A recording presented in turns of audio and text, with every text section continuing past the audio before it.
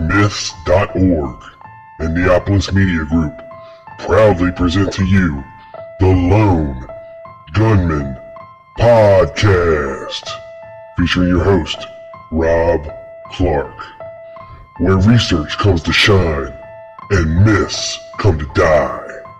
Stay tuned. Be right there.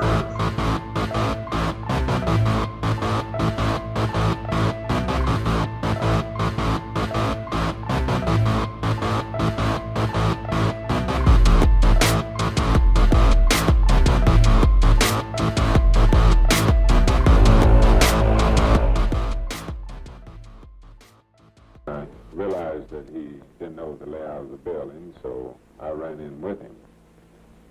It was just a matter of seconds after the third shot, and we ran across the shipping room floor, stopped at on up the first flight to the second floor, and the officer looked in the snack bar adjacent to us. With me, had a gun in his hand, and he threw the gun toward the middle of Oswald, and he looked probably a little startled, like anybody else would if you just put a gun in his stomach all at once, which I thought was natural. As you recall it, does that seem like a reasonable length of time for him to have been able to do those things? He could have done it if he'd have been awful fast, or if he'd pre-planned it right away. But the ceilings are low on each floor, and the stairways do not have too many steps on them. What is up, everybody, and welcome to episode 124 of the Lone Gunman Podcast. This is Rob Clark. Got a great show lined up for you today, and we're going to tear apart the myth that the second floor lunchroom encounter happened the way they told us, or even if it happened at all. Because my guest today has compiled a ton of evidence to the contrary, using documents, eyewitness testimony, video, and photo evidence from the day. When you actually put it all together, it actually tells a very, very different narrative of events. And we're going to walk you through that step by step today, piece by piece, and show you exactly how they did it. Because the problem is, if you don't have Oswald closer to the 6th floor than you did, than what everybody else was saying, where he was seen last, what he actually said himself, then they would have had even more of a problem putting Oswald on the 6th floor. So we're gonna break it all down for you today and show you exactly how you frame a patsy. Okay. Exciting news as well. The Lone Gunman Podcast and the Dallas Action have got a fantastic t-shirt store for you. If you'd like to support the show and get something in return, you can now buy official Lone Gunman Podcast and the Dallas Action t-shirts, hoodies, long sleeves, kids, girl style tees, and they're great. They look great, they feel great, and there's almost 30 designs to choose from that I've worked my butt off designing just for you. So I'm going to put links up on tlgpodcast.com where you can get to the t-shirt store. If you follow me on Facebook, you've already seen this stuff, or Twitter, you've already seen this stuff. They're really, really cool designs, something totally different. If you're planning on going to Dallas or attending the conferences this year, you got to get one of these shirts. I mean, you're going to be the talk of the conference with these shirts. Everybody's going to be like, oh my God, where'd you get that? Where'd you get that? Where'd you get that? We got Oswald shirts, not just, it's things that are our podcast centric. things that Doug talks about, things that I talk about. You can go get a Larry Crayford t-shirt, okay? You can go get a Lauren Hall or Lawrence Howard Dallas Action shirt, okay? Some cool stuff, really, really cool stuff. So make sure you check that out if you'd like to support the show. It's a great way to do it, and be damn stylish about it, okay? All right, let's see. So this month, the featured podcast for the Dark Myths Collective is called Inward Empire. And I want you to take a little listen. It's about a minute long. Check it out. If you haven't yet, it's a really great show. Here is a little trailer for the Inward Empire. Greetings, listeners. I'm Sam Davis, the host of Inward Empire, a podcast that explores the role of ideas, ideology, and myth in American history. Each episode plunges you eye deep into a world that's both intensely familiar and profoundly different from the one we live in now. From the forests of colonial New England, to the scarred mental battlefields of Civil War veterans, to the contested streets of Gilded Age cities, I aim to bring the American past alive for my listeners, and at the same time, illuminate the American present. For more information about the show, visit darkmyths.org or my own website at inwardempirepodcast.wordpress.com.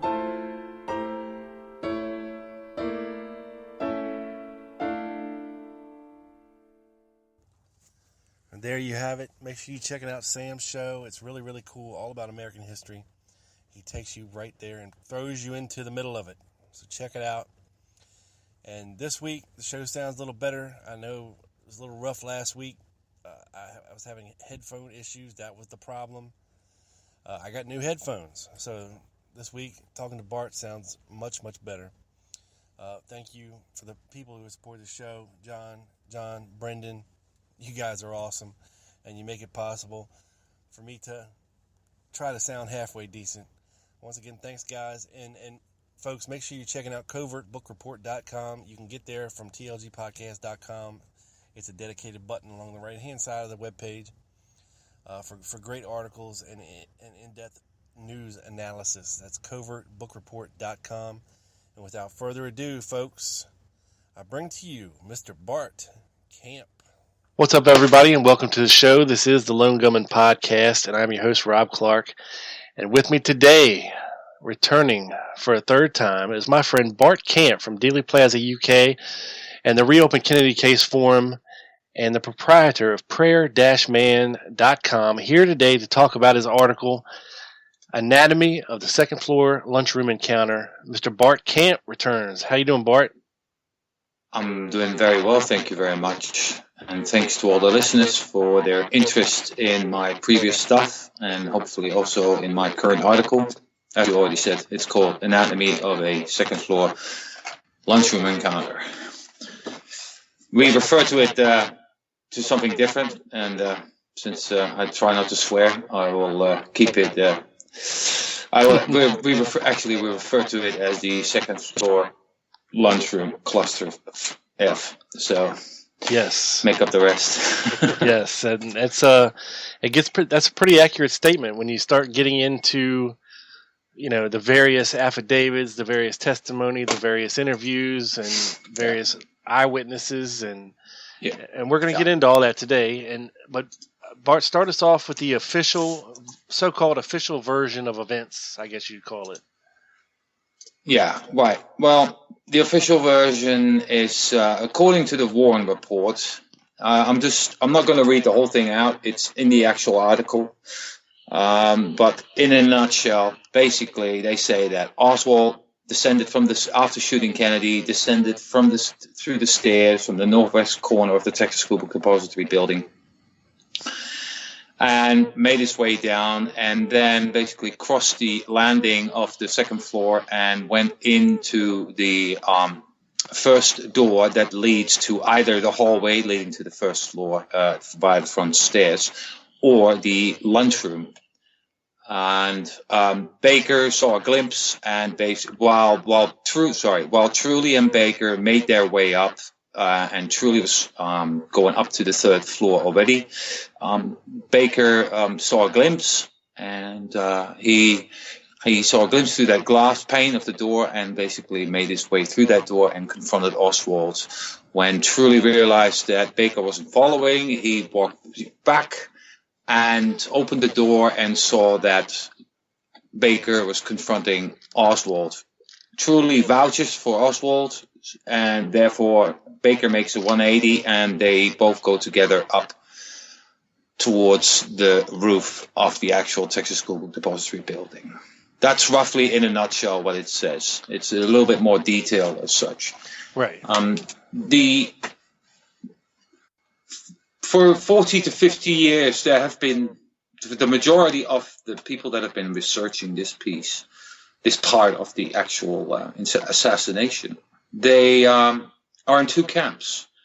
Obviously, the Oswald Did It group, which is a very small but very loud group, basically says, yeah, that's exactly how it happened. Oswald was confronted because he was shooting, etc., etc., even though that no one can actually put Oswald on that 6th floor, but that's a whole different story. And then, of course, there are the conspiracy theorists who believe that Oswald made his way from the 1st floor to the front steps, to the stairwell that was actually at the front of the building, near the front steps of the Texas School Book Depository, and went up there to get a Coke, and at that point got confronted by Baker and later on Truly as such. And that there is no gray area in that. And the first thing I did actually when I started to study this part, because was the history of it. How did this story actually come together? But also, what did the researchers actually come up with? And the first person who actually did was Leo Sauvage, who was a correspondent in New York for Le Figaro, the French newspaper. And he started questioning it already in about 2 weeks' time after the assassination. He managed to interview Truly, and he later on wrote a hefty piece called The Oswald Affair. And in that, he questioned the 2nd floor lunchroom encounter already. After that, you got probably the most significant one is Harold Weisberg. Weisberg questioned it in Whitewash 1, and in Whitewash 2, he actually devotes an entire chapter to it, and it's called Baker's Dozen. It's chapter 5, actually. Let me just quote this. What is presented in Whitewash on this encounter, and both reconstructions, which is the disproof of the Warren Report's version by the identical evidence the report cited, is mild compared to the truth. That was Weisberg. You have to also take into consideration that Weisberg wrote this in the mid to the late 60s. And of course, he didn't have all the information that is available now. Sylvia Marr did the same thing. The difference is that Marr did it also in conjunction with other Texas School Book Depository employees. She brought up this whole thing with Charles Givens, for instance. And then there's Harold Ruffman, and Presumed Guilty. He did a very good job. He brought in Shelley, Molina, Lovelady, and of course the timing of it. And of course he discussed the Malcolm Couch film. Malcolm Couch film partially captures Baker's run towards the Texas School Book Depository to the front steps. Then with the internet, it starts to become a bit even better, because you've got Michael T. Griffin in the late 90s. He publishes a piece called Proof That Oswald Did Not Shoot JFK, the Baker-Oswald Encounter. And he basically starts comparing all the statements made by Truly and Baker. Weisberg did this as well, but he also brings in the timing scenarios much in more detail. And he brings in Couch, but from my opinion, he relies a little bit too much on the timing segments. And then it gets even more interesting, because that's when Greg Parker and Donald Willis raised the matter once more around the millennium. And especially Greg Parker chimes in 2002. You can find these threads still in the Google News group. I think it's alt.jfk assassination. And then it gets better because Sean Murphy basically brings in roughly about 6 to 8 years ago, starting at the Lancer Forum, which is defunct but is about to be reinstated through the Education Forum. And he basically starts talking a lot about the deductions and also about the possibility that the whole thing didn't happen. I mean, Greg Parker and Donald Willis did this as well. They're actually the first guys. These three guys are actually putting the thesis forward that the lunchroom encounter itself just did not happen. That really got my interest because it deviated from the two camps, basically, saying like, yeah, it did happen, but it just happened in a slightly different way. Because they say it either proves his guilt or it proves his innocence as such. Whereas these guys basically said, no, it didn't happen. Jill Jesus is another guy who deserves a really good mention. Excellent researcher. I put a link to an article that's called Lunchroom Encounter, and even that's a really good piece as well. Now, when Sean Murphy departed the research community exactly on the 50th anniversary, we as ROKC members more or less picked it up and went along with it more and more by going into greater detail. So those articles and those books, I read all of that, and then I basically started to see if I could put it together in a more coherent way, because to me, every time I read an article, it was only focused on a certain segment within that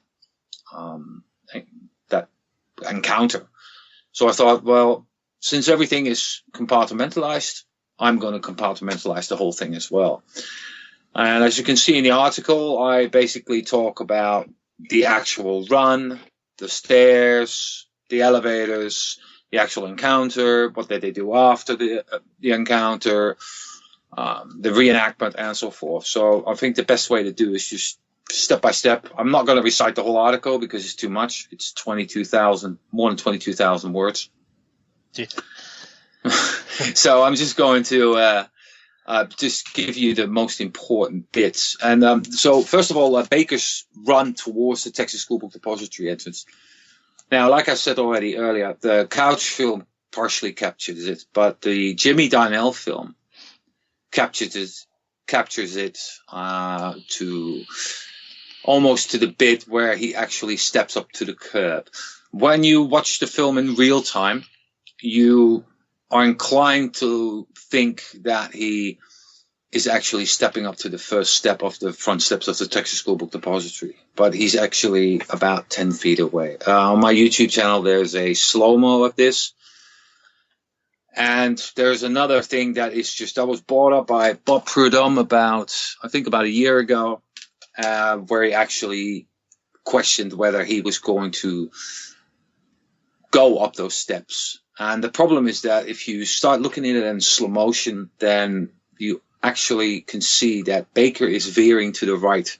He isn't veering to the left, where he should have been, because it would have been the logical way to go up there. Because if you pause the Darnell film just before the end of it, that segment of Baker's run, you can actually see that on the steps, the banister is right in the middle of the steps. So that's east and west. So the right side of that is the east side. And so on the east side of the steps, all the people are standing still. Whereas on the left-hand side, we of course see Prayer Man, which has been discussed before. But we also see people moving up the steps. There's quite a few people standing at the bottom. They're basically trying to make their way up. And there's also a guy standing with his back towards Prayer Man, who we haven't identified because the thing is just a little bit too fuzzy.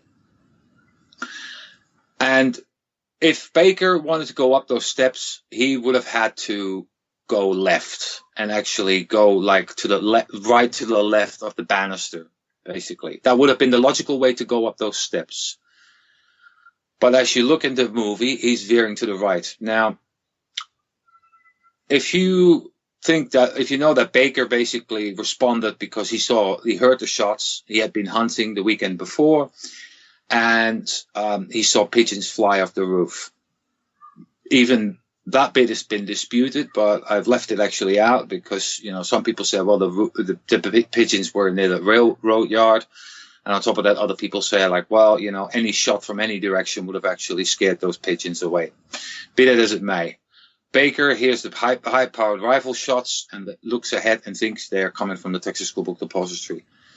Now, what people may have forgotten is that the Deltax and the Texas School Book Depository had fire escape stairs, and they were external.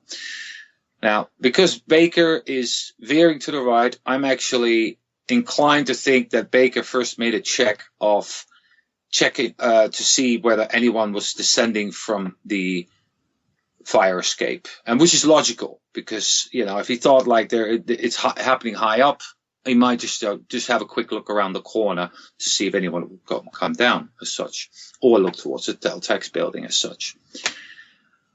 Then there is the fact that basically they're actually saying that they basically ran like hell, according to the statements, into the building as such. Now, with the film, is already starting to put serious doubt on that, but there also are a few statements, and of which I'm only mentioning the most important one. And that's by Peggy Joyce Hawkins. And Peggy Joyce Hawkins was a lady who actually picked up her husband from the Texas School Book Depository. She was there with her child. And she stood right next behind the crowd, behind the retaining wall. And in her statement, she actually said that I'll quote this. She stated that she stayed behind the retaining wall until she realized that there would be no more shots, and then walked back to the front of the Texas School Book Depository building.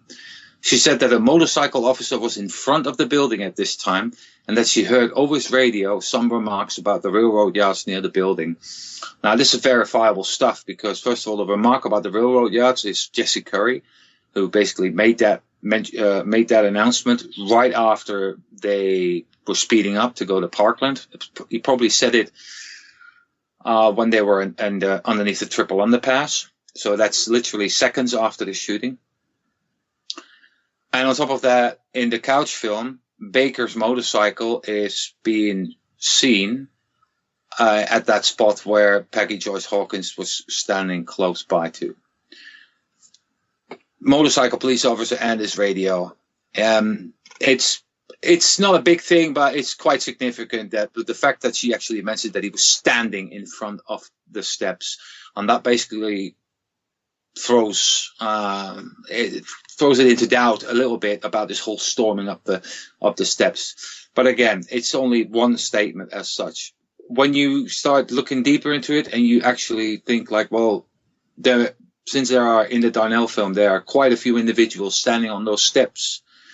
So who actually saw Baker going up those steps of the Texas School Book Depository? Now, in the Darnell film, we recognized Buell Frazier, we've recognized Joe Molina, Roy Truly, and Baker himself, of course.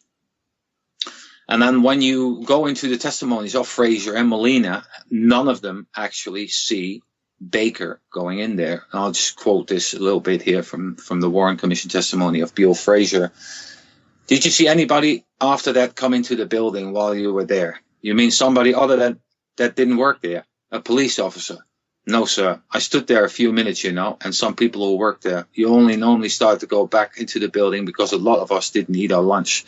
So we started back into the building, and it wasn't but just a few minutes that there was a lot of police officers and so forth all over the building there. Then you went back into the building, did you? Right. And before you went back into the building, no police officer came up the steps and into the building. Not that I know. They could walk by the way, and I was standing there talking to somebody else and didn't see it. So, again, but the thing is, Frazier stands practically right in front of the door opening. So if anyone would have gone past with a helmet on, he probably would have seen it. Then you've got Joe Molina. He does the same thing, and he repeats this. He says this in his Warren Commission testimony, which he actually requested to do. He demanded to be heard. And also during his HSCA's testimony. We managed to get Molina's HSCA's testimony from NARA about, I think 4 or 5 months ago. And again, he just says, like, I only saw Truly go in. I didn't see anyone else go in as such. The only one that actually mentions that she saw a helmeted officer go in is Pauline Sanders. Pauline Sanders is quite an interesting person because she's one of Truly's secretaries. And she apparently stood close to Melina on the steps of the Texas School Book Depository, but we haven't managed to identify her in the Darnell film. But she mentioned in her FBI affidavit of November the 24th, so that's when Oswald's already been frozen. She said in a matter of 10 seconds, a uniformed police officer in a white helmet ran into the building, but she did not observe him any further and could not state where he went in the building. There's no mention of Truly at all. You know, Sanders' statements overall and that of her fellow co-workers like Mrs. Robert Eath, which we'll talk about soon enough, have to be taken with a huge grain of salt. I made a post about this on my blog about some conversations that they supposedly have. Both of them had the exact conversation with O.V. Campbell, who was at that time the vice president of the building. O.V. Campbell, Ockes is his first name. O.V. Campbell was was Roy Truly's boss, basically. So then you get like to the bit where, so if very few people actually see Baker go inside that building. And it's more than likely that Baker stood actually near the steps or at the front of the building to make sure that nobody would leave. I think it's more logical because that's what they're taught at police. They're not taught to run inside and just do a John Rambo and go after the killer. On top of that, there are many entry and exit points at the Texas School Book Depository. So it didn't, from a common sense point of view, it doesn't make sense. The vestibule, which is the area between the glass door and the double doors that lead to the shipping area, is an area that has an elevator in it and also a set of stairs that lead to the second floor. Now, the elevator itself went only to the fourth floor. The fifth and the sixth floor were used more for storage. Made sense. But there is very little talk about the fact that Baker meets Truly, yet they're having a conversation, but at the same time, this conversation happens in like different places because Baker says at one point that he walks into the vestibule and then basically starts asking where the elevator is, and where basically Truly steps up and says, "Come with me, officer." Truly says in a FBI affidavit that they saw no one there, which is rather peculiar because basically Truly is saying that when they ran into the lobby or the vestibule, no one was there, and various statements say the otherwise because people went back in almost immediately. In Larry Sneed's No More Silence, for instance, Baker states, but most of them that were standing in front of it were going into the Texas School Book Depository building. When I got there, I asked her which way were the stairs or the elevator, and this man stepped up and said, "Officer, come on, I'm the building supervisor." Whereas, as I said, Truly said they saw no one there. The whole bit of them running up to the stairs together is rubbish. It doesn't exist, only in one statement as such. If you look through the statements overall, that's when the real problems actually show. Of course, Baker's first statement, of course, is a gem in the sense that it doesn't mention the second floor. It mentions a third or fourth floor. I'll get back into that in a moment. And also, there are many important bits missing. You see that in the due course of time, from the 22nd until the Warren Commission hearings, a lot seems to be added on. There's stuff that's been added on in the Secret Service statements of early December 1963. and then also just before the Warren Commission hearings as well.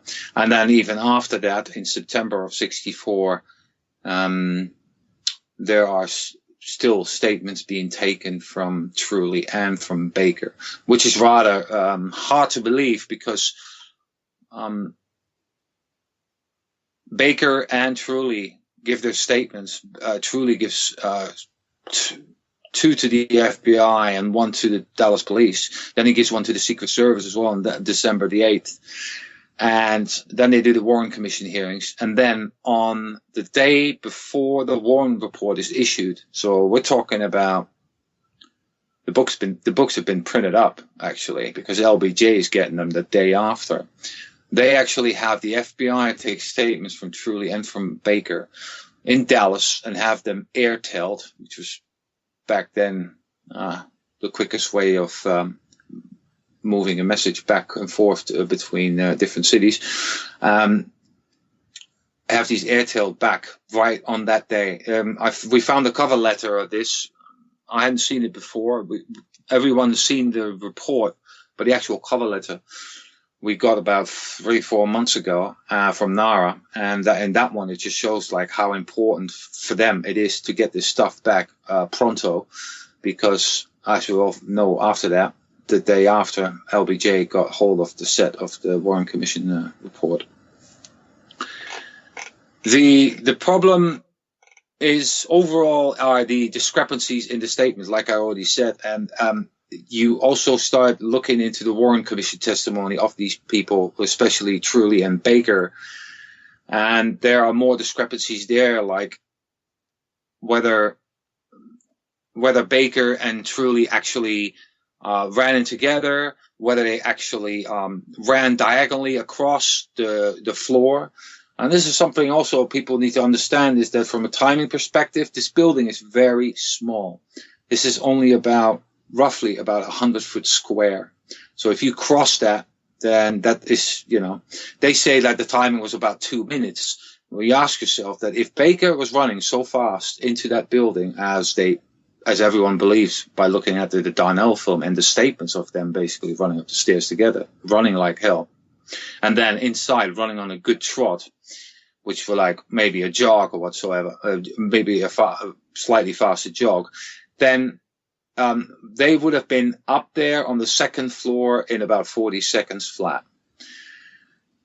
Now, I'm not saying that could still make Oswald come down in time, because it could, because overall I find the Warren Commission has been incredibly generous with timings of people up those stairs, the back stairs, because they're very small. There's about 8 or 9 steps at the top of my head, and there's like a small landing of maybe about 3 feet square, and then there's a next set of steps. So, you're talking going up there would take about 6 or 7 seconds. So overall, just one floor, it really doesn't take a lot of time. I'll probably, if you go up fast, it'll probably take 5. So from the statements, what you can see is that there's things that are being built up, added on, and so forth. And on top of that, the discrepancies. Now, the discrepancies also, they start with the elevators. That's where some really good discrepancies show up. Roy Tooley's statement to the FBI on November the 22nd makes no mention of any elevators at all. His Dallas Police Department statement on November 23rd doesn't mention a lot about this either. Besides, the officer and I went through the shipping department to the freight elevator. We then started up the stairway. There's no mention of any lifts being stuck on the 5th floor, etc. None of that whatsoever. However, his statement to the FBI on the 23rd, so that's his third statement. They stopped at the freight elevator, and observing that these elevators were not on the 1st floor, they ran up the stairway after he showed the officer where the stairway was. Now, in the Secret Service statement from December the 8th, 1963, it says, "We paused momentarily by the freight elevator, but since neither were on this floor, we ran up the back stairway up to the 2nd floor." Now, in this Warren Commission testimony, he goes in and he talks quite a lot about it, about the dialogue. He says, like, turn loose the elevator. He starts yelling up the shaft, etc., etc. And he tells a really neat little story, but the problem is that no one can actually back this up besides Truly.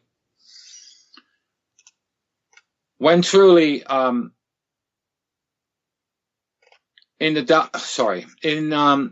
Marion Baker in the Dallas Police Department statement from November the 22nd says, I followed the man to the rear of the building and he said, let's take the elevator.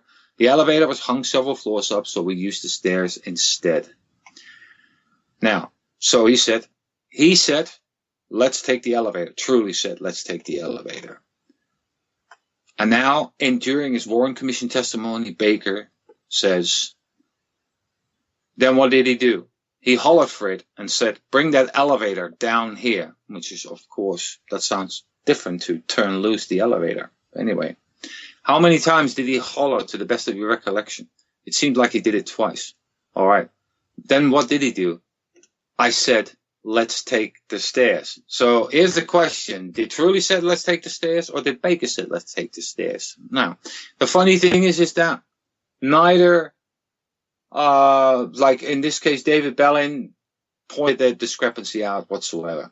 And this one of the many things that basically points to that they're actually opposites. The problem as well is, of course, Jack Edwin Doherty. Now, Jack Edwin Doherty was somebody who was on the 5th floor, and he hears one loud bang and then makes his way down. And he uses the west elevator, so he says. And he's then being asked whether he hears Truly yell anything up the elevator shaft. And he says, I didn't hear anybody yell. Now, the problem with Doherty is that he sounds rather confused, especially from timing perspective. But he was 40 years old. He was still living with his parents. He was discharged from the army. He had a medical discharge, suffered from post-traumatic stress disorder. And he was somebody who looked after various fire equipment before all the office workers started their work. I've read that Molina opened the door in those days at 7 o'clock, and that he always saw Jack Doherty standing there waiting to get in as well. Troy West, same thing. Troy West could have been an excellent witness. Troy West was one of the Negro workers who was on the 1st floor. And same with Eddie Piper. And Troy West's testimony actually points out the amount of pressure that has been applied to overall with the black workers inside the Texas School Book Depository. This is something that hasn't really been touched by anyone. Yet if you start reading their statements, it becomes abundantly clear that these people have been pressured into not saying too much, not to be too smart or clever for their own good. And we know what Dallas was like in the 60s. These people were, sorry for the word, but they were regarded as second-rate citizens. And, women didn't have a lot to say those days. And it's pretty obvious that the blacks back then had even less to say. When you read Troy West, I'll just quote a bit of Troy West, actually. That is okay if you don't, this is David Bellin. That is okay if you don't remember. That is all I want you to say if you don't remember. Did you hear anyone yelling to let the elevator loose or anything like that? I can't remember. Were you working when you were eating your lunch? Were you facing the elevator or not? When you were eating your lunch, were you facing any of the elevators back there? No, sir. I would always be with my back kind of, towards the elevators and facing the front side over on the side. The Elm Street side, toward Elm Street side. So you don't know whether anyone was using the elevators? No, sir, I don't. And it's the same thing with Eddie Piper. Eddie Piper was also downstairs and basically sees Truly run in the building with a police officer. But here he says that after a few minutes, a few minutes is 2 or 3, maybe 4 minutes, And that's already makes it a problem from a timing perspective. But at the same time, he claims he doesn't know anything. He has absolutely no idea. He just says, like, yeah. He says,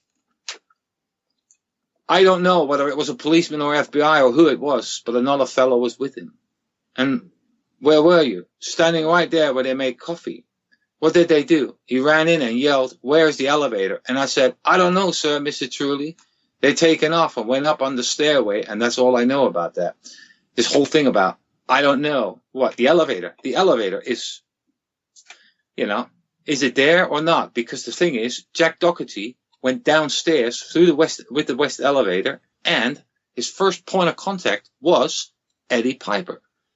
Doherty and Piper both discussed the shooting, and Doherty says, I heard one shot, yet Piper says, I heard three. So that's just like the ground floor. Well, actually, it's just the first floor, but it's the ground floor of the building. But it's actually called the first floor. The top of the steps, that's where the front steps, that's where actually the first floor starts. Then if you just start the progress about the stairs, and then it becomes really interesting, because you have the fact that Truly stated that he ran ahead of Baker up the stairs. Now let's just picture this scene here. There's been shooting at the president. There's a possible gunman inside the building who probably wants to make his descent. And I'm the building supervisor, and there's a police officer coming in, and I need to tell this police officer how to get upstairs. Now, if the guy's got a gun, the police officer, and if the assassin has got a gun, why would I run ahead and be actually in between and get caught up in a crossfire as such? So the thing is that Baker himself makes only the briefest of mention of this whole thing, of this Warren Commission testimony. He says, Mr. Truly had come up to my side here while he confronted Oswald. Now, other than that, there's nothing about this in any of his statements. But Roy Truly, he has loads to say. But not at first, because in his first handwritten statement, there's no mention of him being ahead. Nor is there anything in his typed-up version from November the 23rd. Nor in his FBI statements from the 22nd and November the 23rd. But in his Secret Service statement from December the 8th, so we're talking 2 weeks after, 16 days after the assassination, he says, I started to go up the stairway to the third floor when I noticed that the officer was not following, and I heard him say something. I then went back and found that he was standing near the entrance of the lunchroom. This is where the bit actually is being created, the falsehood of Truly being ahead of of Baker going up those stairs. Now, where does it get problematic for this? Is actually going back to Leo Sauvage in the Oswald affair. In the National Guardian, which publicizes the Oswald affair, March 24th, 1964, I'll quote this. We ran to the freight elevators in the back of the building because the front elevators do not go beyond the fourth floor. But the two freight cars had both been left somewhere up in the top floors, and we took the stairs, the officer ahead of me. When I reached the second floor landing, the officer was already at the open door of the lunchroom. Now, this is something you can't really screw up. I mean, if you know that you've gone up the steps, towards the third floor already, then you'd know that, because he says, I stepped back and went towards the lunchroom and basically saw Baker confronting Oswald. But in this interview, he says, the officer is ahead of me. Now, listeners will think, well, okay, small discrepancy. But it gets better, because in December 7th of 1963, the issue of the Detroit Free Press, I'm just saying, this stuff's all on my website in the article, and it has links to all these newspapers. Truly is quoted as saying, the policeman ran up the stairs ahead of me, and when I arrived on the second floor, he had his pistol out and was confronting Lee Oswald in the doorway of a little lunchroom. And you think, okay, that's true. Well, how about a third one, for good measure? In the New York Journal American of May 24th, 1964, Truly states, the policeman was a few steps ahead of me, and when I got inside the lunchroom, the officer was covering Oswald with a gun. So that's 3 newspaper articles in a time span of almost 6 months. So, which begs the question that if Baker went ahead of Truly, why change his story around? Could it be, to isolate Baker and Oswald's encounter at first? If Truly had only said he saw the glimpse too, then, it would have been much easier. The glimpse, of course, is the second floor lunchroom encounter. The official story is basically that when Baker and Truly reach the second floor, Truly turns round left and makes his way up to the 3rd floor. Now, he's gone up 3 steps, which is nothing. I'm not kidding. This is like 2 feet off that level, the second floor level. And Baker says he sees a glimpse behind the glass of the door. Now, in the article, I put up the maps, the floor plans, and also a ton of pictures that were taken on the day and then during the days after of the actual second floor. And, they're aimed inside the lunchroom, and from the back of the lunchroom back out, etc., etc. Now, there's one major issue with the whole thing from a physical point of view, and that is the door. Now, the door had a self-closing mechanism.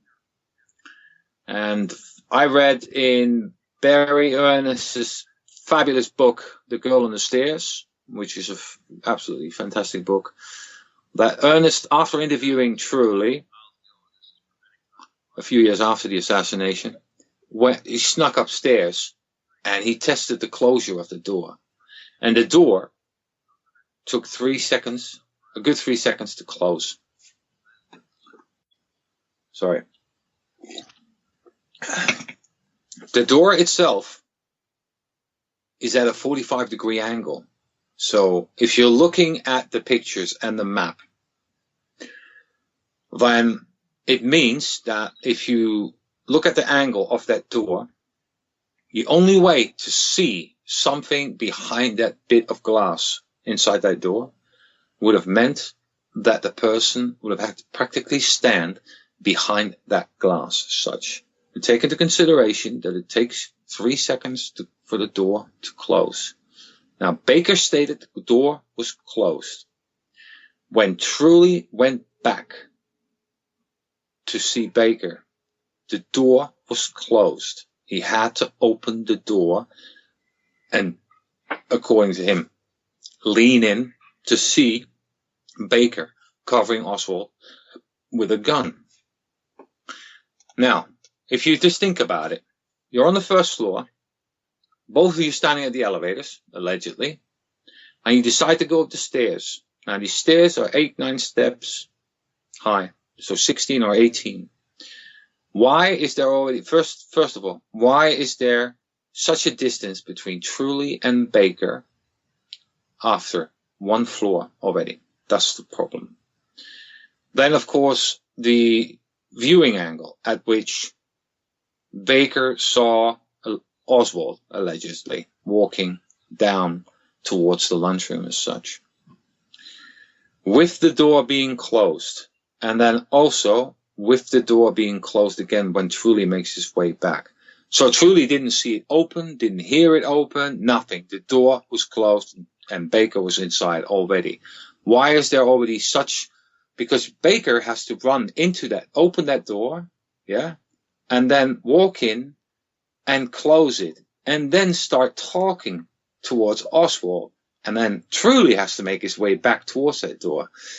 The best thing to do is go to the article and check the floor plan and the actual photographs, and you just see that there's a huge problem with this setup as such, because the landing itself is tiny. It is really, really small. It's not big at all. The other problem is Baker's first statement. Now, his first affidavit on November the 22nd, Baker mentions an encounter on the 3rd or the 4th floor, as I mentioned earlier. He makes no mention of a lunchroom, and instead describing the encounter in an open area, It states, a man walking away from the stairway. Now, it's very hard to believe that Baker lost his sense of direction and mixed up the third or fourth floor with the second floor lunchroom area. The additional bit is that Baker's statement is typed up and signed by him. Now, he had plenty of time to think it over when signing the typed up statement and therefore confirming his first handwritten report.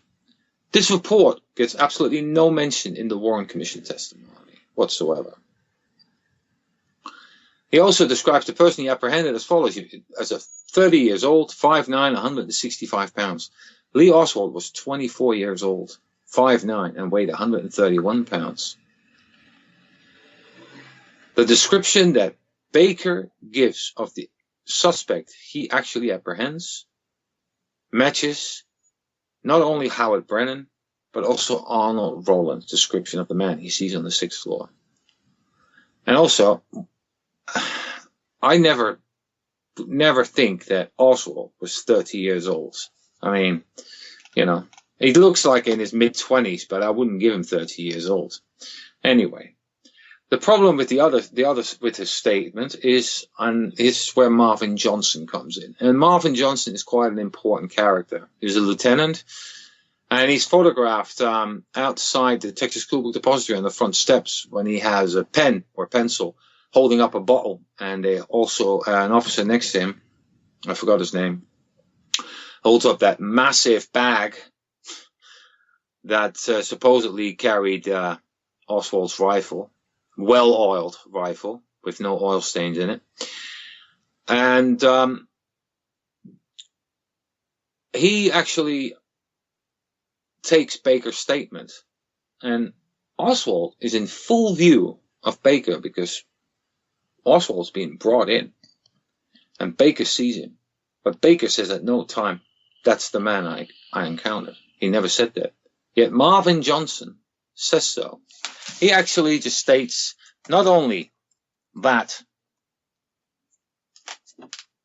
that he says it on about the 4th floor, Baker apprehended a man that was walking away from the stairway on that floor. He could therefore confirms Baker's first affidavit.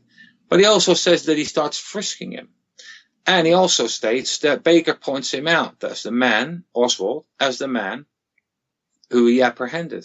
And then on top of that, he says that Baker recognized him in a lineup. And that's rubbish as well, because Baker actually refuted that in his Warren Commission testimony. Marvin Johnson made an absolute mess of his statement as such. He's in with the fix somehow, because what he did makes no sense whatsoever, and it cannot be corroborated in any form. Then there's Stavros Ellis, who was Baker's commander, and he didn't have a high opinion of Baker, in all honesty. I've heard the interviews that Dennis Morissette did, and on several occasions he slams Baker down for not calling it in, which would have been normal police procedure. And on top of that, for not sealing the building, and instead of that, going up those stairs. Ellis's work or his statements cannot really be taken seriously because it floats all over the place. He says in the early 90s that Oswald was having a Coke and eating a candy bar. He then says that Oswald was stopped on the 3rd or the 4th floor, drinking water from the water cooler, and so on. So it becomes Stavros Ellis is not very reliable when it comes to his statements regarding Baker's encounter. It changes every time. I've put a few bits in the article, like in Larry Sneed's No More Silence, for instance, and the statement he gave for the Garrison investigation, and of course the telephone interview with Dennis Morissette, and it varies. But overall, he was basically skating off Baker because of what he did by not sealing the building. Then you get to the next thing. Besides these statements, I'll get back into them a few more later on, but it's basically regarding Oswald's position inside the lunchroom. And literally, he's almost anywhere. He's standing next to the Coke machine. He is standing in the doorway of the second floor lunchroom. He is sitting down in the lunchroom. Now, what listeners need to understand is that the first floor lunchroom, called the Domino Room, was the lunchroom for the workers. The second floor lunchroom was for office personnel and management. Right next to the lunchroom was the actual offices as such. Roy Lewis said in a Leibniz's book that the second floor was solely for office workers, and that you only go in there to basically get a cold drink and basically make your way out there. Anyone who states, like Caroline Arnold, for instance, that Oswald was actually sitting in that lunchroom is actually talking complete rubbish, because they weren't meant to mix as such. There was a certain form of segregation, because if Oswald can go in there, the black guys could go in there and sit there as well. And there's no way in hell that was going to happen.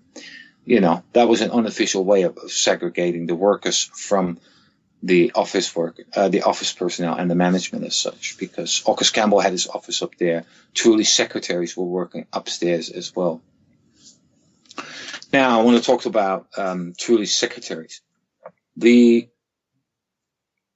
Roy Truly's first written statement, has Mrs. Reed's name in the bottom left corner, written down as such. And it's more used as like a referral that she should be talked to. Well, Mrs. Reed's story is basically that she was standing outside with August Campbell and Roy Truly.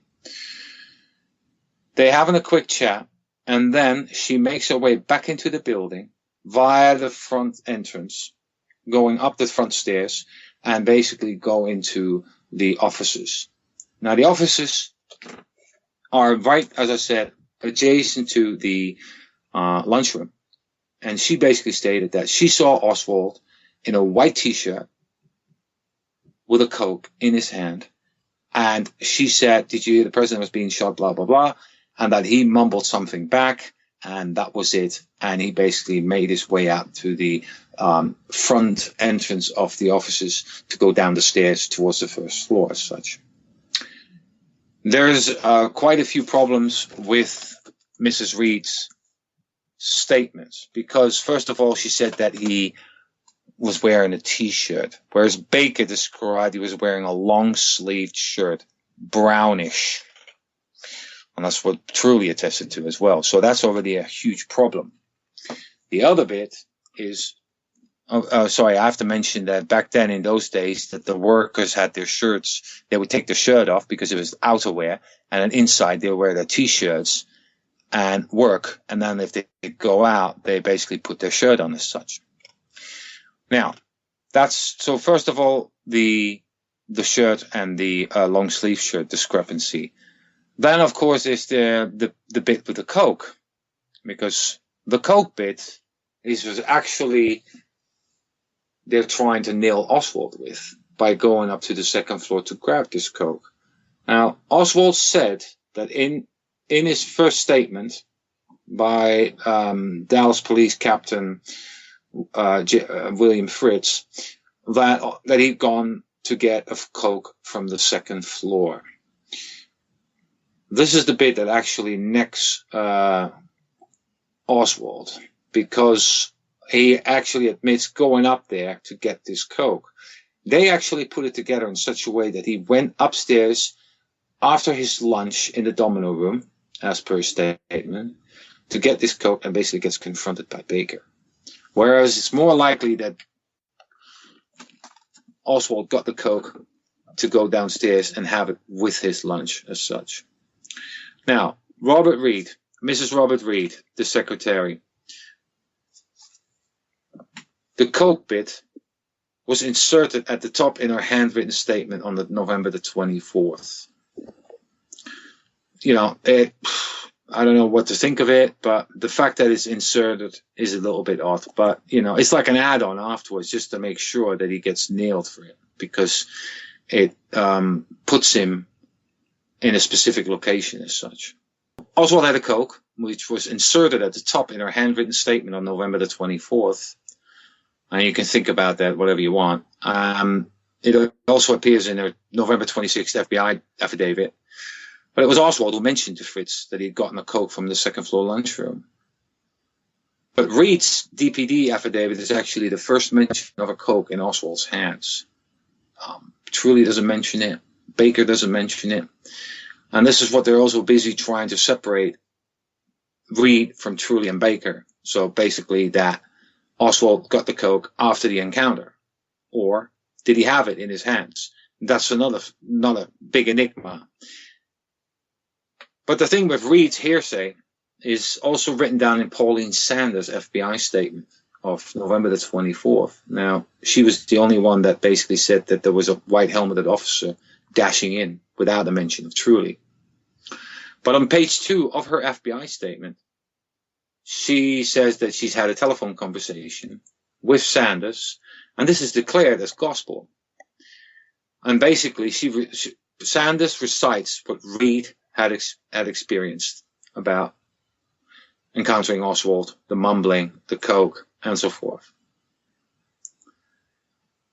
But the problem with the whole Reed story is that the office was occupied by someone else at the same time, and her name was Geneva Hine. And Geneva Hine stayed behind because she'd seen the motorcade before, so she said, "You guys go, I will look after the telephone." And she noticed actually that the phone lines and the power were shut down while the motorcade passed the building. And as per her statement, she said of the November the 23rd, she stated, and this is damning, she was alone in the office between 12:25 and 12:35 p.m. Now, as we all know, the official story is that Oswald left the building within 3 minutes. That's what the official story says. She also in that very same statement, at the end, it says, in conclusion, Mrs. Hine advised that she saw Lee Harvey Oswald almost every day at work.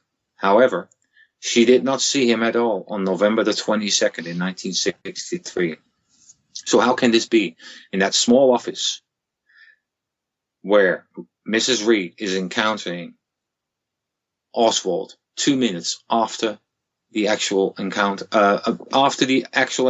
which was at about the 90-second to the 2-minute mark, and she actually sees him and has a chat with him, and Mrs. Hine doesn't see him or hear him or Reed at all. As a matter of fact, she says the first person she encountered inside the office was a police officer who wanted to get hold of the phone.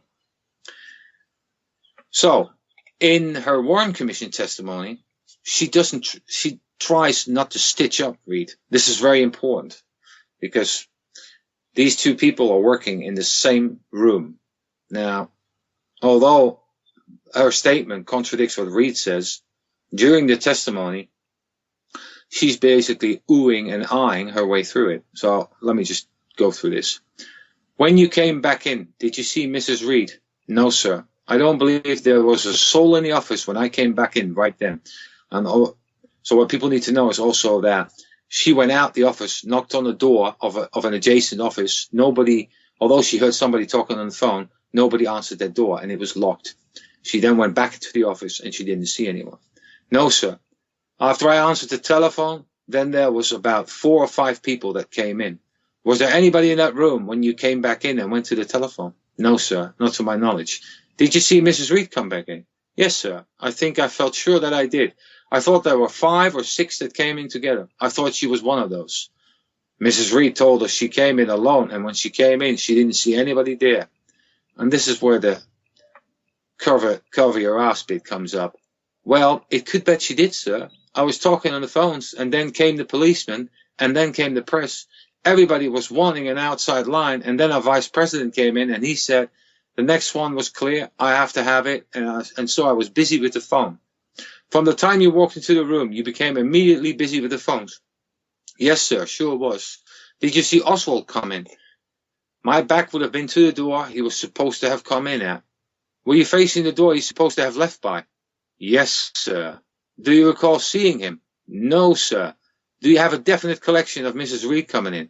No, sir. I only saw 4 or 5 people that came by, and they all came and were all talking about how terrible it was.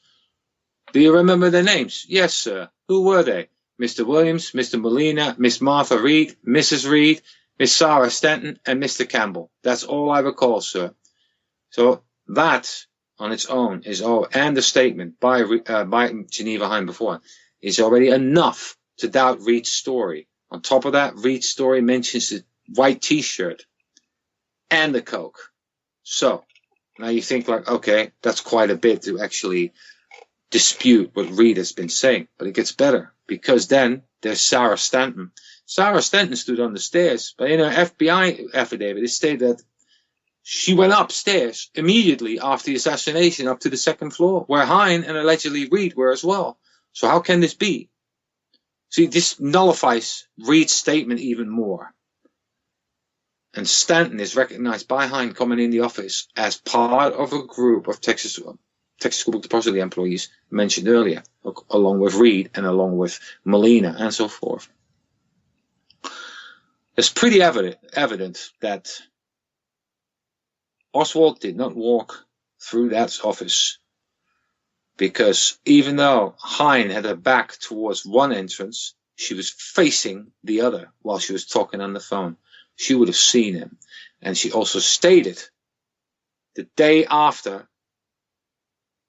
the assassination that she didn't see him, whereas she always saw him every day walking in. And this comes to the bit where Robert Groden a few years ago came up with a story about the change and stuff like that, which was partially true. Oswald used to come in to get change for the Coke machine as such. Now that we're talking about the Coke, there's no mention of any Coke in Baker's affidavit from November 63. And in his Warren Commission testimony, he said, was he carrying anything in his hands? He had nothing at that time. However, Baker's statement is being taken on September the 23rd, 1964 for the FBI, as I said earlier, the day before the Warren report is issued.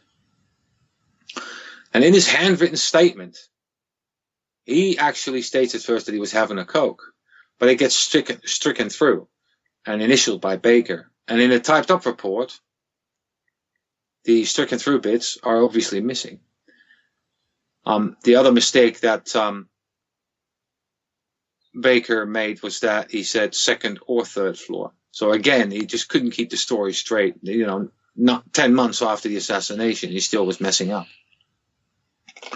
Truly refutes that Oswald had a Coke. He just says, no, he didn't have a Coke, no drink at all. He was just standing there. Mrs. Reed, in her Warren Commission testimony, you said he mumbled something. He did. Could you even remember one word that he mumbled? I did not, because he kept moving, and I did too.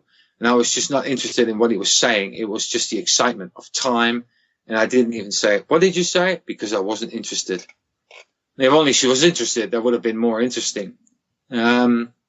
Otis Williams makes a mention of this in Larry Sneed as well. He says that he and the officer thought the shots had come from the roof, and as they were going up steps, the officer saw Oswald with a Coke and said, who's that?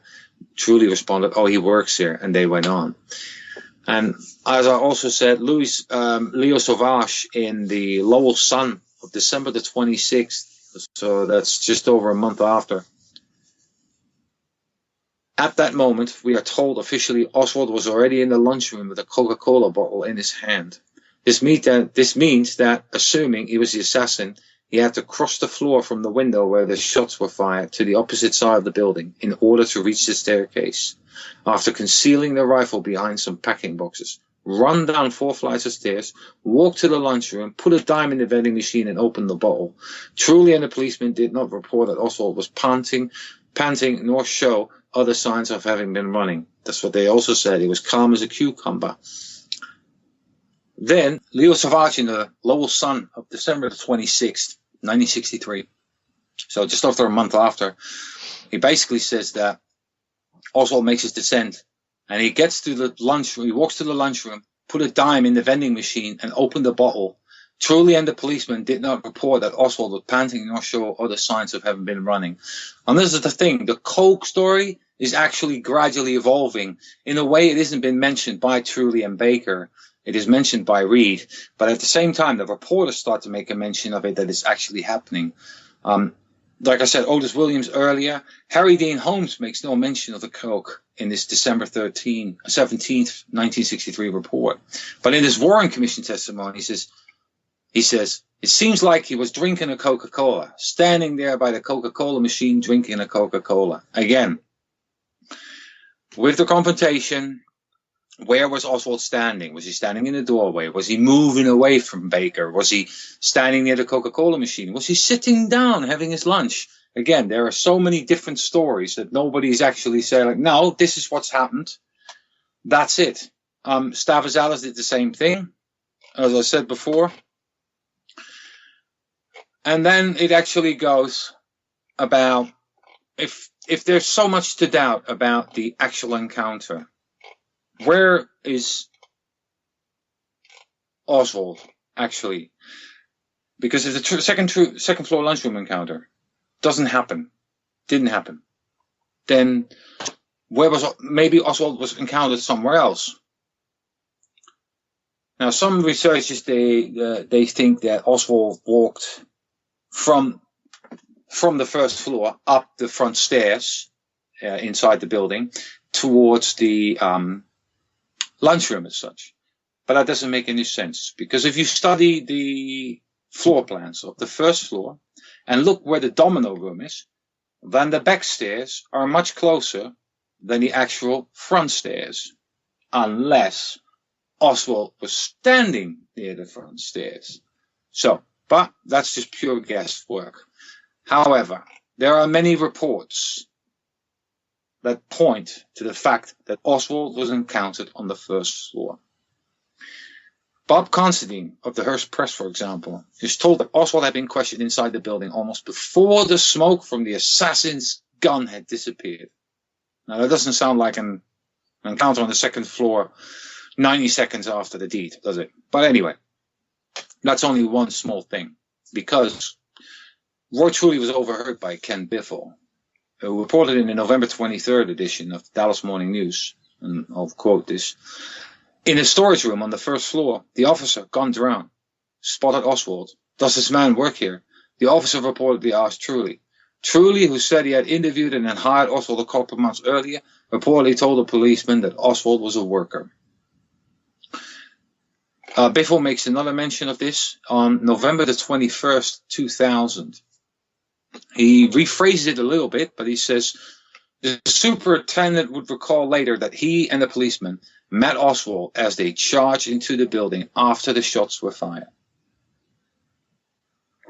Ockers Campbell, the vice president of the Texas School Book Depository, is quoted in the New York Herald Tribune on November the 22nd. We saw him in a small storage room on the ground floor. Then we noticed he was gone. Then there's Detective Ed Hicks, who's quoted in the London Free Press on the 23rd, and in various other newspapers have copied this bit. As a presidential limousine sped to the hospital, the police dragnet went into action. Hicks said at just about that time, Oswald came out the front door of the red brick warehouse. A policeman asked him where he was going. He said he wanted to see what all the excitement was about. In the Sydney Morning Herald, there's an Australian newspaper, of course, on the 24th, take into consideration the time difference, police said that a man who was identified as Oswald walked through the door of the warehouse and was stopped by a policeman. Oswald told the policeman, I work here. And when another employee confirmed that he did, the policeman let Oswald walk away, they said. Henry Wade, during the press conference, which was published unedited in the New York Times on November the 26th, And this was a find only recently by Terry Martin, earlier this year. It was after Mark Lane's death that we started to look around, and we found this article by accident. And that's sometimes the beauty of this whole research. It's like sometimes this stuff just drop in your lap. The quote here is, "A police officer immediately after the assassination ran into the building and saw this man in a corner and tried to arrest him, but the manager of the building said he was an employee and it was all right. Every other employee was located, but this defendant of the company, a description and name of him went out to police to look for him." Hoover, in his telephone conversation with LBJ, says at the entrance of the building he was stopped by police officers. Well, he's all right. He works here. You needn't hold him. They let him go. So these are all like newspaper and conversation, newspaper reports and quotes and conversations as such, but basically point that Oswald was stopped near the front entrance of the building, which is the first floor. And in Gary Savage's book, First Day Evidence, which came out, I think, in the early 90s,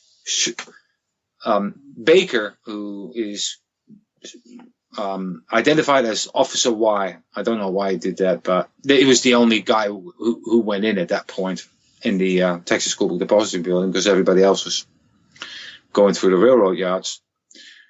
"Shortly after I entered the building, I confronted Oswald. The man who said he was the building superintendent said that Oswald was all right, that he was an employee there." And here comes the hammer. "We left Oswald there, and the supervisor showed me the way upstairs." Going upstairs after confronting Oswald. But so there's already all these reports. And then, of course, there's a video in my article of Jesse Curry, who's being interviewed in the hallway of the Dallas Police Department. And in the article, let me just quickly go through this because it's quite interesting. At 5:25 of that particular video, reporter: "Could you detail for us what led you to Oswald?" Chief Curry: "Not exactly, except in the building. When we went in the building, why, he was observed in the building at the time, but the manager told us that he worked there, and the officer passed him on up then because the manager said he was an employee." And a little later at 6:41, reporter: "Did you say, Chief, that the policeman had seen him in the building?" "Yes." "After the shot was fired?" "Yes." Why didn't he arrest him then?" "Because the manager of the place told us that he was an employee, said he's all right, he's an employee." "Did he look suspicious to the policeman at this point?" "I imagine the policeman was checking everyone he saw as he went into the building." And at 10:42 of the same video, reporter: "And you have witnesses who place him there after the time of the shooting?" "My police officer can place him there after the shooting." "Your officer wanted to stop him, and then he was told by the manager that he worked there?" "Yes." Again, there's no mention of a second floor, no lunchroom, no nothing. Now, this article is a part 1 of 4 because the Prayer Man movie was 100 minutes long, and I thought it was just too long, so I'm going to do 4 one-hour movies because I've got way too much info, and I experienced that during my talk at the Canterbury Center, the Dealey Plaza UK Canterbury seminar. I was given 2 hours, and I had to cut down on things. We're going to talk here for about an hour and a half to 2 hours, and I only had a half an hour to talk about the second floor lunchroom encounter. This is the first part. The second part is the Oswald interrogations. The third part is going to be about the Texas School Book Depository employees, and the fourth part is going to talk about the film material and Prayer Man specifically. Now, excuse me. I'm going to talk a little bit about the interrogations because they actually display where Oswald was during the shooting and so forth. Now, the most important one of all, because there's very little available. I'm writing the article as we speak. I've written about 10 pages so far. I think it's going to be about 20 odd instead of 81 for this article. Will Fritz, of course, is the main guy, and the biggest piece is, of course, the interrogation notes that were donated to the ARRB in late 1996, which were donated by an anonymous source, but people expected to be that it was done by a family member.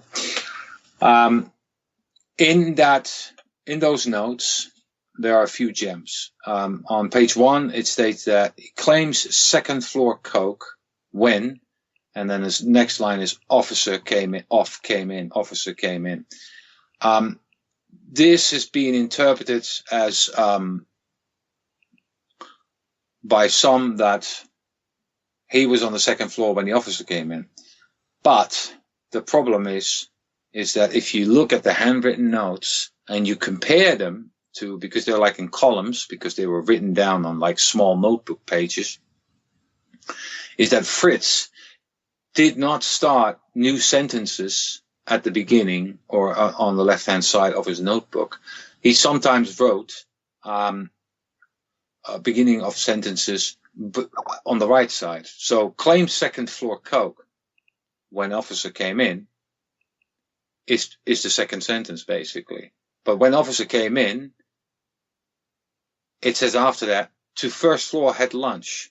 So it's very scattered. It's very hard to identify what is actually being said here. But the most important bit is actually what I'm going to say now, because it says out with Bill Shelley in front. Now, how the hell could Oswald know that Bill Shelley was standing in front of the building as such? There's absolutely nothing that basically Oswald could have known. If he were the sixth floor shooter, he could not have known that Bill Shelley was standing out in front. Furthermore, Oswald stated that he was in the domino room. He basically said he was on the first floor. He saw two Negroes come in. One was Junior and the other one was a short Negro, who we assume that was Harold Norman. And he says what he had for lunch. He says cheese sandwiches and apple. So he saw Jarman, because that was Junior. It was James Junior Jarman and Harold Norman, who came into the domino room while he had his lunch. Now, it gets better. Not only was Fritz interviewing Oswald, two FBI agents by the name of James Hosty and James Bookhout did this. Now, Hosty and Bookhout made a joint report on November the 23rd. And let me quote this. Oswald stated that he went to lunch at approximately noon, and he claimed he ate his lunch on the first floor in the lunchroom, which is the domino room. However, he went to the second floor where the Coca-Cola machine was located and obtained a bottle of Coca-Cola for his lunch. Oswald claimed to be on the first floor when President John F. Kennedy passed by his building. So therefore, he basically said, I wasn't on the sixth floor, I was on the first floor. However, the next day, Hosty isn't around. Bookhout is. And he issues another report on the 24th, which he wrote after Oswald was dead. So, Oswald stated that on November 22nd, 1963, at the time of the search of the Texas School Book Depository building by Dallas police officers, he was on the second floor of said building, having just purchased a Coca-Cola from the soft drink machine. Now, that's already a problem, but I'll get back to that. He was on the... At which time a police officer came into the room with pistol drawn and asked him if he worked there. Mr. Truly was present and verified that he was an employee and that the police officer thereafter left the room and continued through the building. Oswald stated that he took his coke down to the first floor and stood around and had lunch in the employees' room. He thereafter went outside and stood around 5 or 10 minutes with foreman Bill Shelley. Right, there's a massive issue with this statement, and it's also that evident that Bookhout was in with the fix.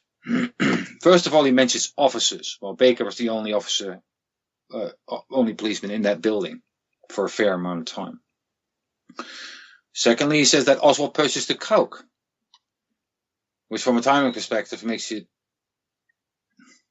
interesting because, like I said, with the Leo Sauvage bit, he'd had to throw in money, get his money out, put the money in, put it in the machine, wait for the bottle to appear, take the cap off, and so forth. And neither Truly nor Baker saw anything in his hands. So that's a serious problem.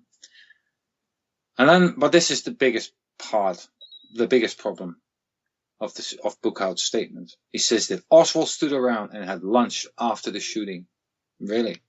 I thought Oswald left practically straight after the encounter with Truly, Baker, and Reed later on. So how can he stand around for lunch?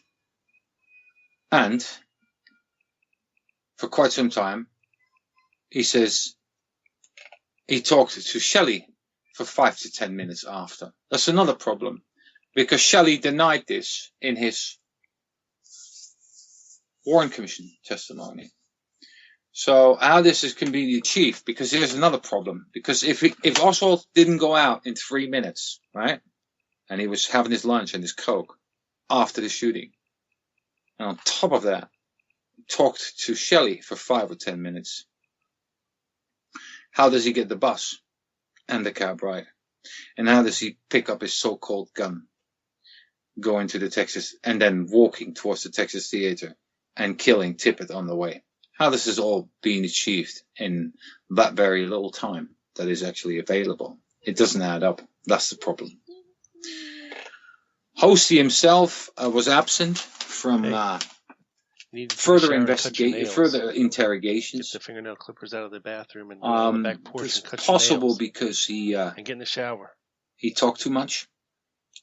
Because in the interrogations chapter, I'll get into more into depth. But basically, he was talking to Jack Revel around 3 p.m. Oswald was brought in about half an hour, 45 minutes before that, and basically claimed to Revel 2 bits. Number one, that he was a subversive, that Oswald was a subversive, and then on top of that, according to Jack Revel, that he was capable of assassinating the president. Hosty himself writes in his book, and this, of course, is a bit speculative because, first of all, his notes that he found just before he released the book, which he said he had destroyed, but later on found between his papers, probably kept it as a souvenir. I think that's the same thing with Wolf Fritz, kept them also as a souvenir. There's nothing shady about it. Of course, he lied through his teeth that he didn't take any notes. His notes, Hosty's notes come up, and he also writes in his book, Assignment Oswald. Let me just quote here. Where were you when the president went by the book depository? I was eating my lunch in the first floor lunchroom. What time was that? About noon. Were you ever on the second floor around the time the president was shot? Well, yeah, I went up there to get a bottle of Coke from the machine for my lunch.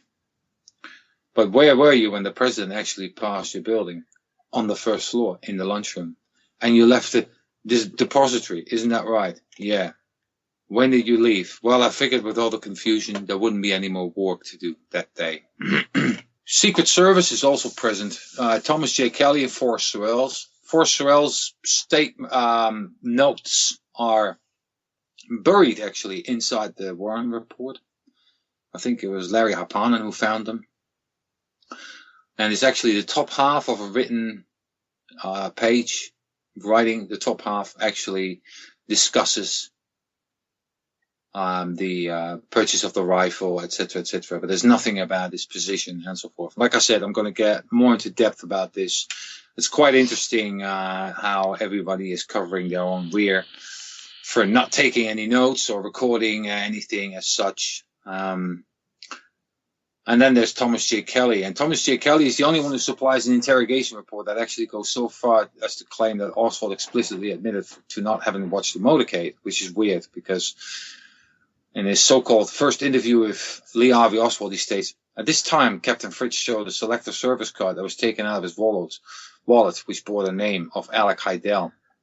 Oswald refused to discuss this, and after being asked for an explanation of it, both by Fritz and by James Bookhout, the FBI agent, I asked him if he viewed the parade, and he said he had not.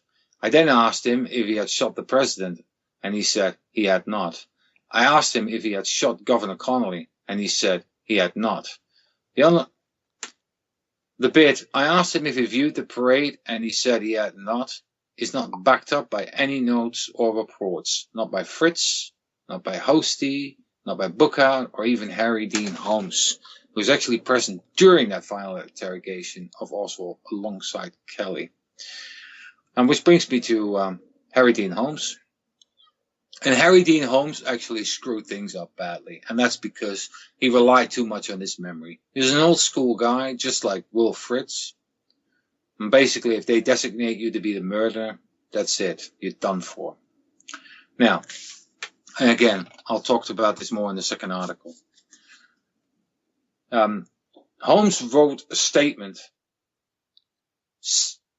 December the 17th of 1963. So that's what we're talking about. 3.5 weeks, almost 4 weeks after the assassination. The commotion surrounding the assassination took place, and he went downstairs. A policeman questioned him as to his identification, and his boss stated, "He's one of our employees," whereupon the policeman had him step aside momentarily. You see, that aside bit, that just doesn't make any sense if it were in the second floor lunchroom. There's no point. Now, in his testimony for the Warren Commission, he says the same thing. Well, let me just go through Holmes's Warren Commission testimony for a little bit. Mr. Bellin, by the way, where did this policeman stop him when he was coming down the stairs at the book depository on the day of the shooting? He said it was in the vestibule.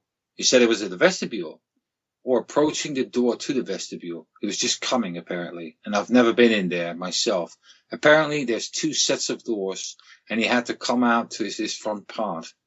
Did he state it was on what floor? The first floor, the front entrance to the first floor. So here, Holmes is actually confirming during his Warren Commission testimony that Oswald was confronted by Baker on the first floor. Because even though they're trying to make it sound that the vestibule is on the second floor in different testimonies, the second floor lunchroom, nor the door leading to the lunchroom, isn't a set of doors. It's plural. That's what they said. 2 sets of doors. Whereas the front door, which is a glass door, is actually 2 doors. And the doors that lead to the shipping department are also 2 doors. So here, Holmes has given the game away. Oswald was confronted on the first floor of the Texas School Book Depository. Now then, later on during the very same testimony, excuse me, Mr. Bellin.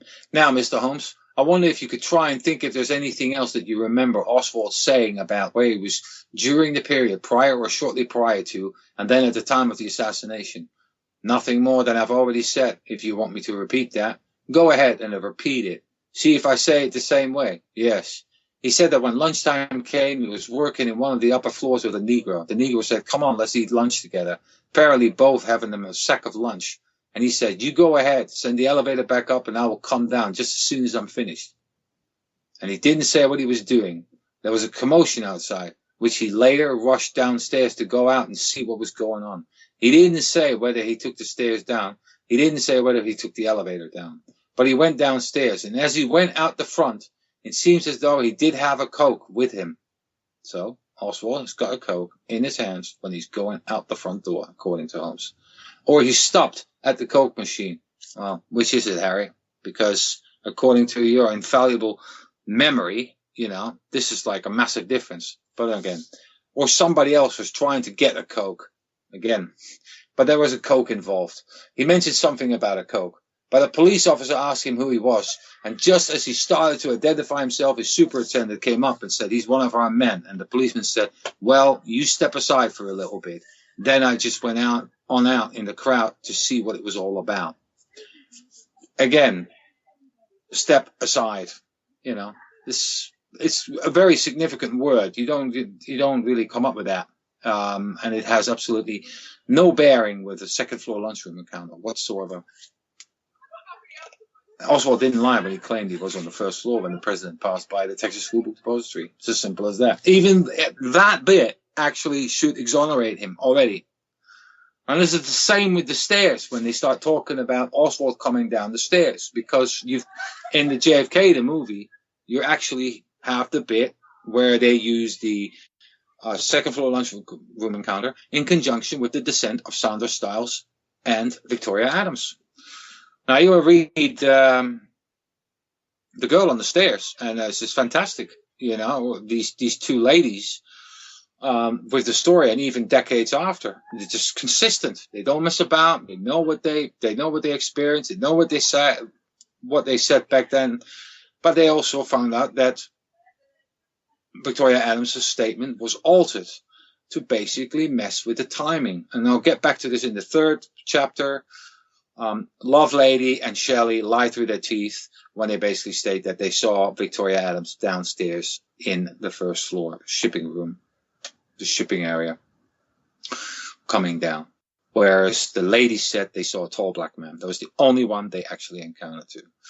And that even gets backed up with the Martha J. Stroud document. The Martha J. Stroud document was found by Barry Ernest, if I'm not mistaken, in 1999. And Martha J. Stroud document is about Dorothy Garner. And Dorothy Garner was the supervisor of Adams and Stiles. And she was an incredibly precise person. I think she was described by Victoria Adams as somebody that goes as a librarian. It's quite strict and didn't suffer fools gladly. She actually did an interview, and this interview is nowhere to be seen. I don't know why. Because in the Martha J. Stroud document, it actually states that she saw Truly and a policeman come up after the ladies had gone down. It's as simple as that. And that is another nail into the coffin of actually from a timing perspective. And the fact that basically the ladies didn't see anyone. Then there's Otis Williams. Otis Williams went up those steps as well. Otis Williams left immediately because we know this, because he's been identified in Olgin 6 with his pot belly standing out. And there's a picture of him in Larry Sneed's book as well. You just pick him out right there and then. He's the guy in the white shirt holding his right hand up, and he's wearing glasses. But he can't be seen in the Darnell film. His position is vacant. It's gone. And as per a statement, he went up to the 4th floor via the back stairs to get a better view of the railroad yards. And this is the thing. Possibly Dorothy Garner made a mention of this in her statement. But of course, the statement is nowhere to be found. It has been deleted. Just an additional mention is that we're chasing Roy Truly's deleted Warren Commission testimony. Turn the one in the middle all the way to It's the left. another curious thing. Why would you delete testimony? And also, if it doesn't have any bearing on anything, why not just publish it as such? So, of course, there's something of a screw-up of gigantic proportions in that testimony, because otherwise, why would they hide it or delete it? It is on the Dictabelt recording. It is at NARA. This was brought up by Dennis Morissette, and we at ROKC have basically been trying to hunt this Dictabelt recording down. We did this. We've been trying to get this all summer, and the fact is that they have certain contractors assigned who do certain bits for them, like scanning of documents or pictures that are of larger size than 35 mil, for instance, and also Dictabelt recording, because NARA itself doesn't have the equipment to do so. So they have preferred contractors that you basically, you say, like, I want a copy of this. Yeah, you can. We'll have to send it over there. You have to pay for it, blah, blah, blah. Okay, fine. So after 10 weeks, finally, I had enough of waiting, and our guy basically emailed them and found out that basically, although it's all open in full, the actual recording needs to be copied by another intermediate, and then they have to get a transcription of it. And then they have to see whether they can actually release it in full as such. So even after 53 years, they're still messing about when it comes to releasing documents as such, or a recording. But the fact that it's already deleted testimony, why would you delete testimony? It's just Just boggles the mind. Okay, so then there's of course the reenactments. The reenactments, again, the press and the photographers that were around didn't see anyone do any reenactments whatsoever on November the 25th. Time Life did it. It's not considered a legal recreation. Secret Service went in on December the 2nd to the 4th. FBI did it on February the 7th, 64. And from May the 20th to the 25th, the Warren Commission carried out for them by the FBI. This bit has been discussed a lot by Weisberg and by Jill Jesus and quite a few others. And it's not something I really went deep into. A really good indicator of how much BS this actually is the fact that if you look at the JFK, the recreation created by the Secret Service, there's video of it. And in the end, Oswald ends up sitting down at a table, having lunch. Really. Also, the walk itself, it is so slow. I think that if I go on my knees, down on all fours, I'd probably do it quicker. It's that slow. And also on top of that, the filming, the descent on the stairs from the sixth to the second floor is absent as well. It's just cut straight from sixth to second. So that's a huge problem. Of course, the fact that Sandra Stiles and Victoria Adams and Jack Dougherty, who came down the lift, and Otis Williams and Dorothy Garney, that they were not involved in any of the recreations or reenactments. Just downright criminal, because those stairs were very, very busy. And that basically leaves me with the conclusions to close it all off. First of all, the second floor lunchroom encounter did not happen. The physical side of the actual encounter is severely in doubt due to the complications such as the closed door, Oswald's position, Baker's view through the window, the distance between Baker and Truly. There's too many inconsistencies in Baker's and Truly's statements. And also, there's detail being developed as we go along. The statements of September the 23rd from Baker and Truly, of course, are questionable. Why would they need all these statements? Baker's first statement about an encounter in an open area on the 3rd or the 4th floor never ever got a mention ever again. Oswald was encountered by Baker near the front door, of course, inside the vestibule, while Baker was securing the front entrance, because Oswald wanted to leave, or when he'd just gone in. Victoria Adams' testimony, of course, and the follow-up statements. Reed and Sanders were used as backup for Truly. Without Geneva Hine, they probably would have had a home run. They would have gotten away with it. And it's obvious that Fritz and the FBI Special Agent Bookout, they fixed their reports and tried to destroy Oswald's alibi. I want to go to Marvin Johnson a little bit. He wrongly claimed in his statement that Baker had identified Oswald in the lineup. And Baker contradicted this. Johnson stated in his report that Baker started to search the man, indicating physical contact. Where this comes from is beyond me. And of course, he refers to the 4th floor encounter as per Baker's first statement. And he asserted in this report that Baker had pointed at Oswald while he took Baker's affidavit. And there's no evidence whatsoever, written or typed up, that points to that. Then, of course, you've got Otis Campbell, the vice president. He was not called up by the Warren Commission, which is quite a strange thing as well. It's peculiar, to say the least. And he saw more than he actually wanted to admit on paper. Contradicted himself as well, but I'll get into more of that. Sanders is the only person that remembers Baker running up the steps without mentioning truly. Hearsay conversation with Reed is recorded and treated like gospel. And as one of Truly's secretaries, she was used as backup to confirm Reed's and Truly's story. Reed, Mrs. Robert Reed, lied under oath. He twisted away a conversation she had with August Campbell. Stated that Oswald wore a white t-shirt and had a Coke in his right hand. Did not notice Geneva Hine, nor Sarah Stanton. And Geneva Hine, of course, did not see Reed until she came in as part of a group, which is about half a dozen people. And she didn't observe Oswald either. And this is really important because she actually stated, that she was alone in that office between 12:25 and 12:35, and that she saw Oswald every day, yet not that day. And Sarah Stanton, of course, who plays a dubious role for the fact that she said she went back in straight away as well afterwards. So even so, if she'd gone back straight in,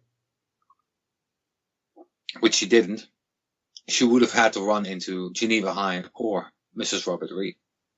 And again, Stanton is noticed by Hine as part of a group that includes Reed, Campbell, Molina, etc. And that's pretty much it, you know.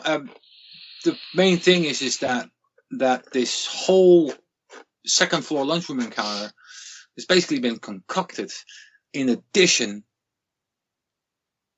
to ascertain Oswald's guilt, because the problem is that Oswald could not be put into the sixth floor window. This is the problem. Jesse Curry said it himself in an interview.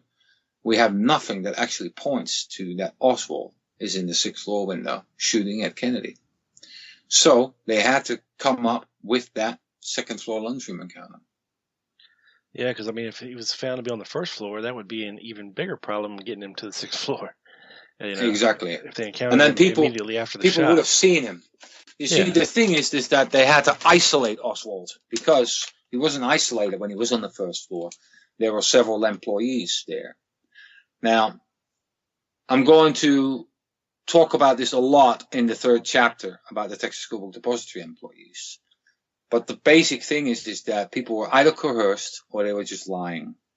You know, Charles Douglas Givens is one of the first guys who basically was yapping out of his rear because he started talking about picking up cigarettes and seeing Oswald on the sixth floor. And basically because Givens had a narcotics charge. Well, let me up that a little bit. Billy Lovelady had a weapons charge.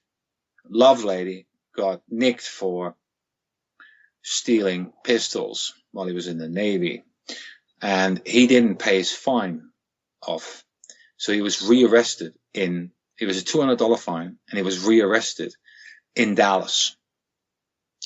And basically August Campbell, the vice president of the Texas School Book Depository, paid the remainder of the fine, which I think was $125. Bill Shelley, and this is a document we found out about 4 or 5 months ago as well at NARA, had a weapons charge in 1960, and he has another set of codes that relate to charges from 1969. I still have to call Dallas and find out what these codes stand for. I'd be very interested.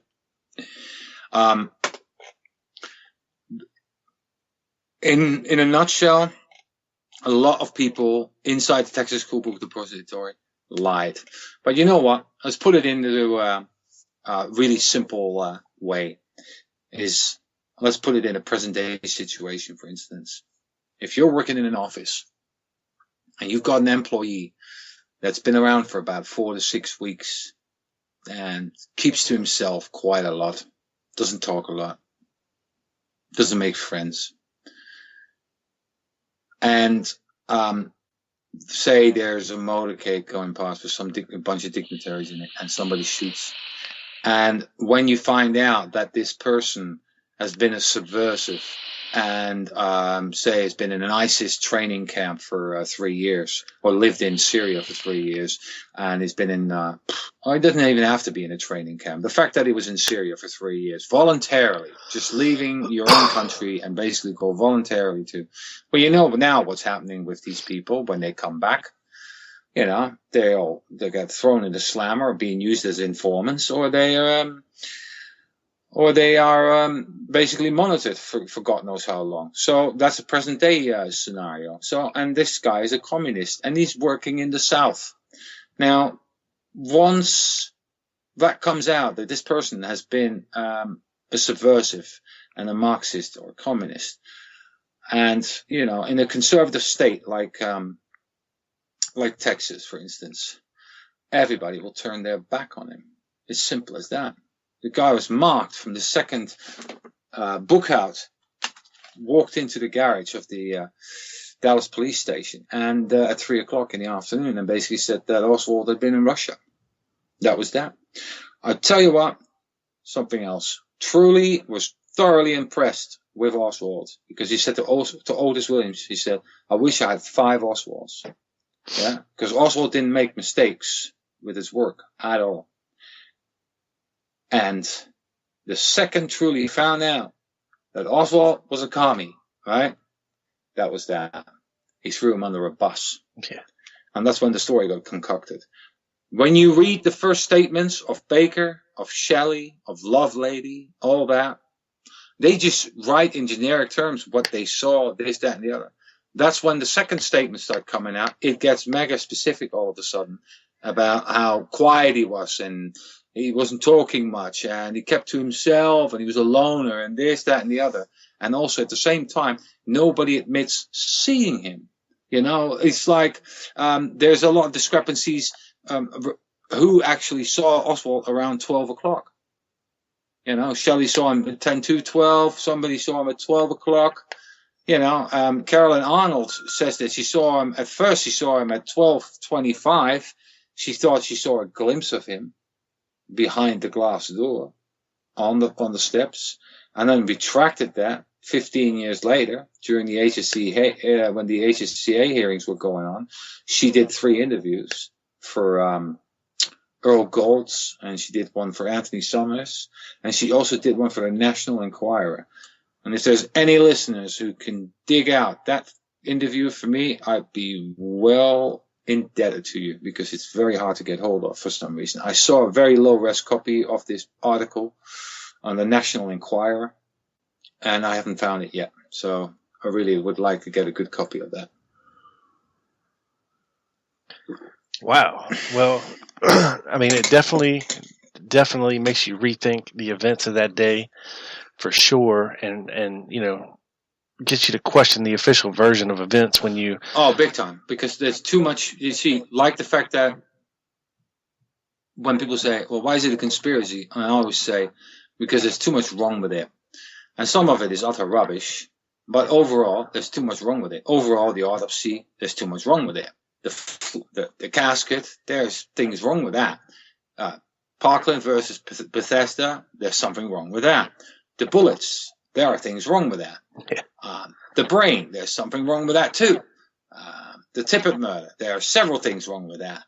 And inside what happened inside the Texas School Book Depository, there's lots wrong with that. These people lied through their teeth. And the fact is also, don't forget, Oswald was killed on the 24th in the morning. So after that, it doesn't matter. The guy's dead. He's already been publicly condemned by the feds and so forth. It doesn't really matter anymore. Yeah, and everybody wants to distance themselves from, you know, knowing him. Yeah, or, yeah, exactly. Yeah.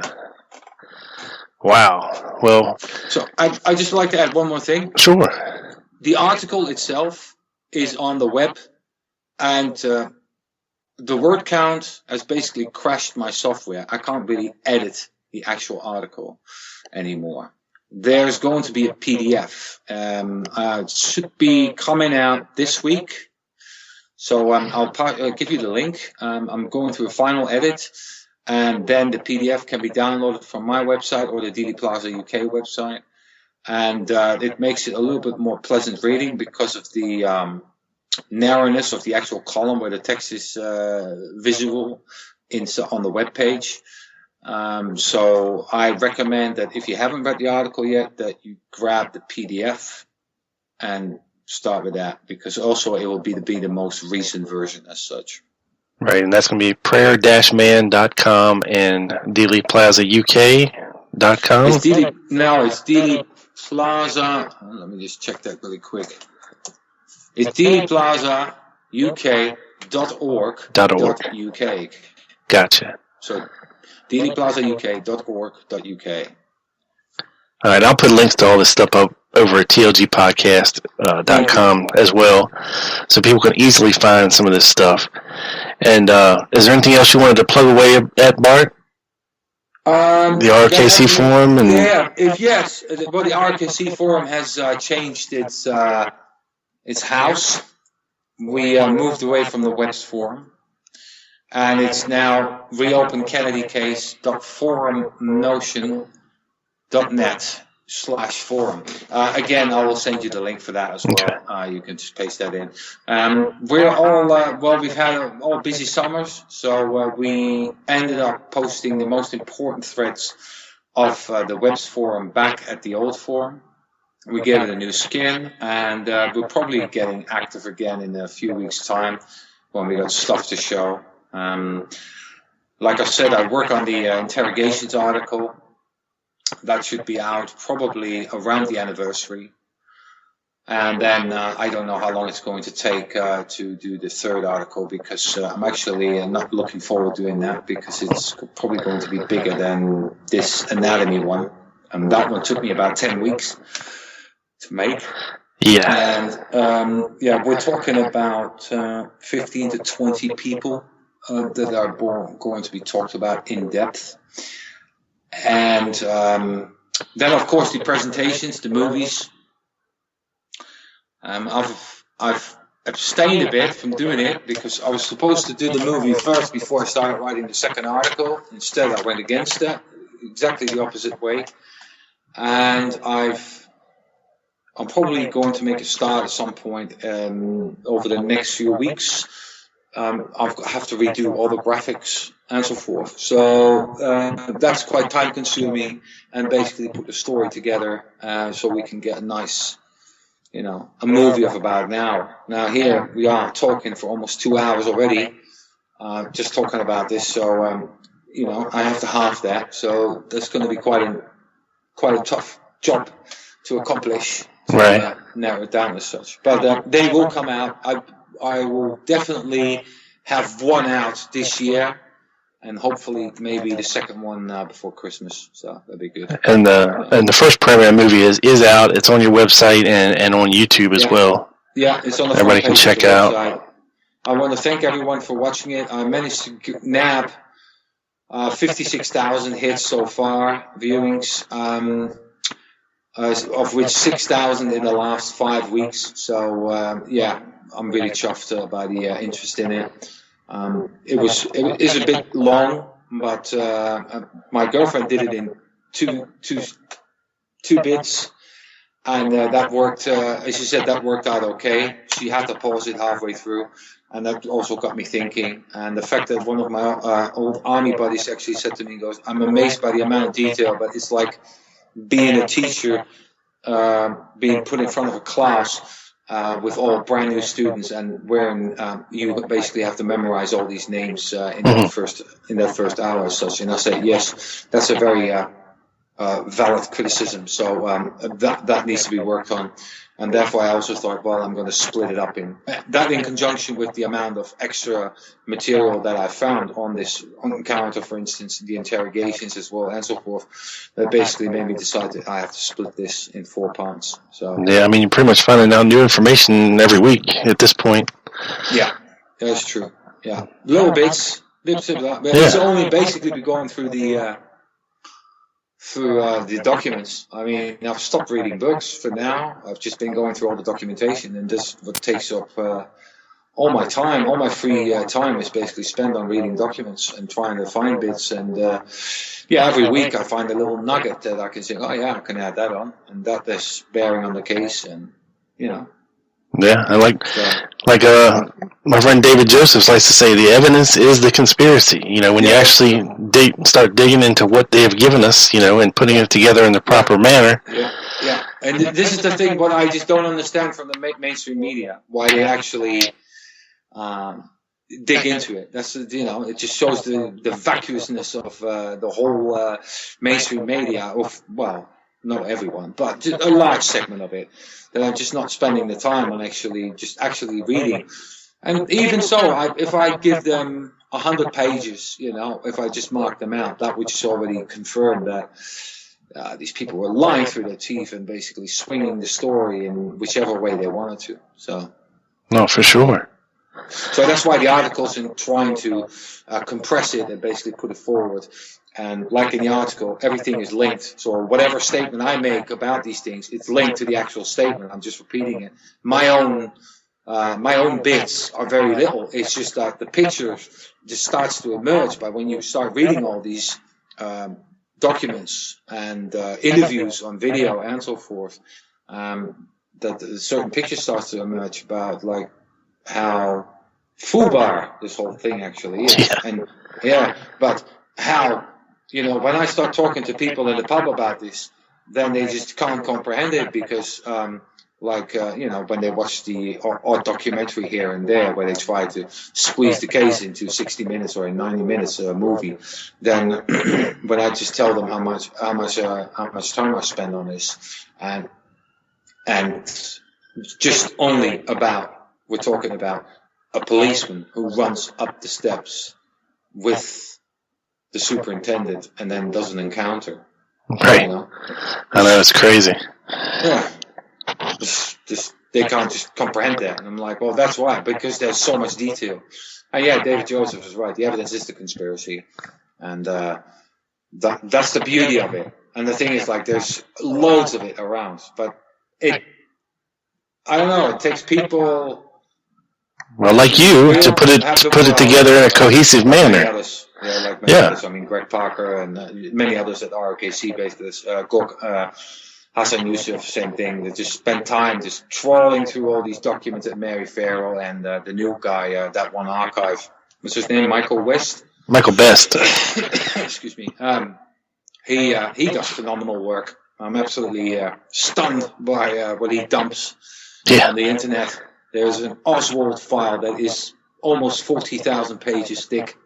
Mm-hmm. It's just absolutely amazing. And there's FBI files about the case as well, 20 or 30,000 of it. And not just the JFK case. He has Watergate files, Iran-Contra, and God knows what on there. And it's like a Valhalla when it comes to files. And all he does is do freedom of information requests. And he seems to get it all. It's great. I'm very, very thankful. Oh, yeah. Doing what he does. It's amazing. It is. And what you did was amazing. And I thank you very much, Bart, for coming on the show and breaking it down for everybody. And thanks. Hey, no problem. Yeah, it's great to have you again for the third time. And we'll definitely do it again. And in the meantime, everybody, head over to tlgpodcast.com where I'll put up all the relative links to send you to all the right places for everything that we talked about here on the show today. That's it for today. The sumbitch is in the can, beamed up the satellite down directly to your ears, people. This is your boy. Peace.